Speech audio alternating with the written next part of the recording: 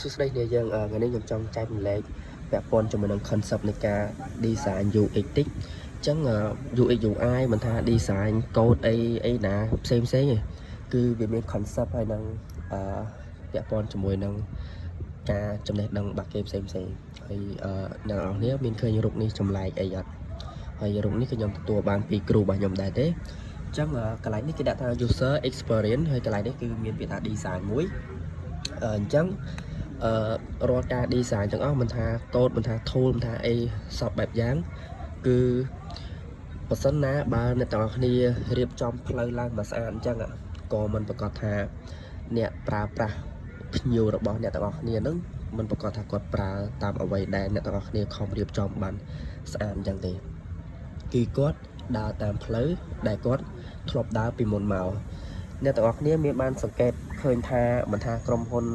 Facebook YouTube អីផ្សេងគឺពាក់ព័ន្ធជាមួយនឹងប៊ូតុង Home បន្ទប់អីផ្សេងគឺស្តៀងគ្នាគឺអត់ខុសគ្នាប៉ុន្មានទេគឺកន្លែងដដែលទេគឺហេតុអីគឺទី1គេគិតថាកន្លែងហ្នឹងស្អាតទី2គេគិតថាអូកន្លែងហ្នឹងគឺពីណាគេក៏ដឹងដែរថាកន្លែងហ្នឹងចុចទៅដើម្បីចូលទៅកាន់កន្លែងណាមួយដោយទូរស័ព្ទចឹងគ្នាយើងខាងក្រោមគឺ footer ខាងក្រោមហ្នឹង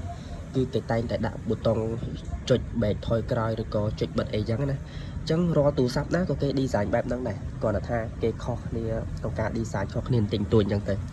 ដោយប៊ូតុងចុចបិទទូរស័ព្ទចំហៀងអញ្ចឹងទូរស័ព្ទណាក៏គេចុចបិទកន្លែងហ្នឹងដែរហេតុអីដោយសារតែម៉េចដោយសារតែអ្នកដែលប្រើប្រាស់ហ្នឹងគឺគាត់មានបទពិសោធន៍ក្នុងការចុចកន្លែងហ្នឹងអញ្ចឹងពាក់ព័ន្ធជាមួយនឹងការ design គឺយើងមិនប្រកាសថាត្រូវតែ design ឲ្យស្អាតហ្មងទេគឺយើង design តម្រូវភ្ញៀវរបស់យើងដែរអញ្ចឹងពាក់ព័ន្ធជាមួយនឹងការ design របស់ខ្ញុំមិនថា tool មិនថាអីទេគឺខ្ញុំមិនដែលទៅចាក់ style ចាក់អីណាអាញ៉ៃពេញហ្នឹងគឺអត់ទេគឺខ្ញុំ design បែប classic ពណ៌សលាយជាមួយនឹងឧទាហរណ៍ថាប៊ូតុង start stop អីចឹងទៅ stop យើងដឹងថាប៊ូតុងក្រហមអីចឹងទៅ start ប៊ូតុង blue ឬក៏ green អីចឹងទៅហើយ header មានអីអញ្ចឹងគឺ user របស់យើងទោះមិនចេះអង់គ្លេសគាត់គ្រាន់តែមើលថាប៊ូតុងហ្នឹងពណ៌អីក៏គាត់អាចចុចបានយើងហ្មងហើយខ្ញុំក៏ទទួលបាន feedback ពីភ្ញៀវរបស់ខ្ញុំដែរដោយសារអីដោយសារគាត់ថា tool របស់បងគាត់